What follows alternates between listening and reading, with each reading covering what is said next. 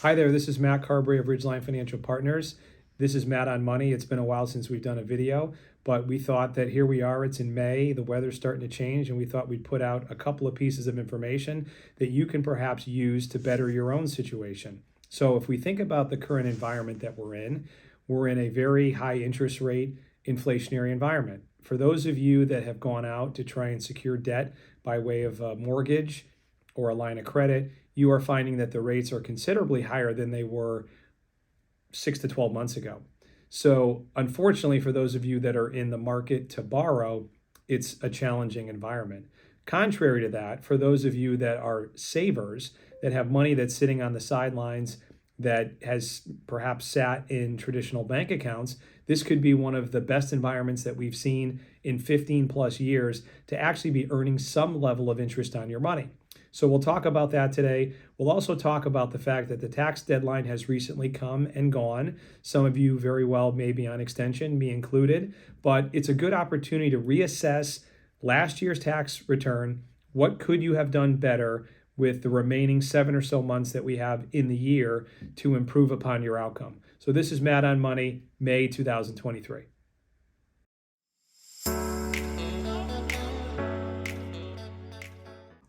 Okay, so we touched upon the environment that we're in, which is a challenging environment for borrowers, but a more favorable environment for savers. We are seeing for the first time again in about 15 years, if not more, that money market rates are bordering around 4%. 12-month CD rates are around 5%. And those are rates that it's been a long time since we've seen those. So I think one of the exercises that we all should go through is to better understand where our money is. I always recommend and advocate that you need to have a certain level of emergency reserves. Depending on the occupation that you're in, depending on the variability of your income or how cyclical of an industry that you're in, really should dictate how much you have in readily available money in the event of emergency. But anything above and beyond that, you should be thinking about ways that you can capitalize on getting that money somewhere productively earning interest. So our clients commonly come to us and they provide us a balance sheet, and we go through that exact exercise. We believe that you should carve out X amount of dollars for emergency reserves, and then we give recommendations for ways that we can try and deploy your capital in ways to pick up some income. Inflation is real. If you have been following the numbers that are put out there from the Fed, you are seeing that inflation has started to tick down a little bit, but it is nowhere near what is historical inflation, which is around 2.5%. So we've got to get our money earning for us so that we can at least try to offset some of the inflationary pressures that we're feeling.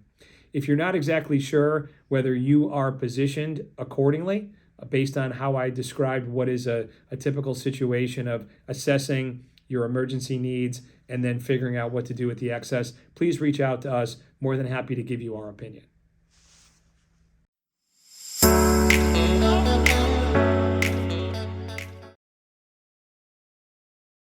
Okay, talking about taxes. We all have to file taxes. There's very few of us that don't. So we've all gone through that exercise of filing our 2022 income taxes or perhaps the extension. But as you may realize as a taxpayer, it's an extension to file, not an extension to pay. So you very well may have filed an extension and you may have been given advice from your tax preparer that, hey, pay this amount in just so that you are not going to be subject to any sort of interest or penalties. But let's not just take our tax return and file it away. Let's look deeper at the tax return. And some of the areas that I want to focus your attention on is what type of refund did you get or what type of tax did you owe? Is there an opportunity for us to do some tax planning with the remaining months in 2023 so that we don't have any sort of a surprise? Whether that surprise is getting a substantial refund, which to me is giving the government a free loan, or having to pay a substantial amount out of pocket that you may not be in a position to pay, may not be prepared to pay, or you're finding that it also comes with some level of penalty or interest associated with it. So let's first start out there.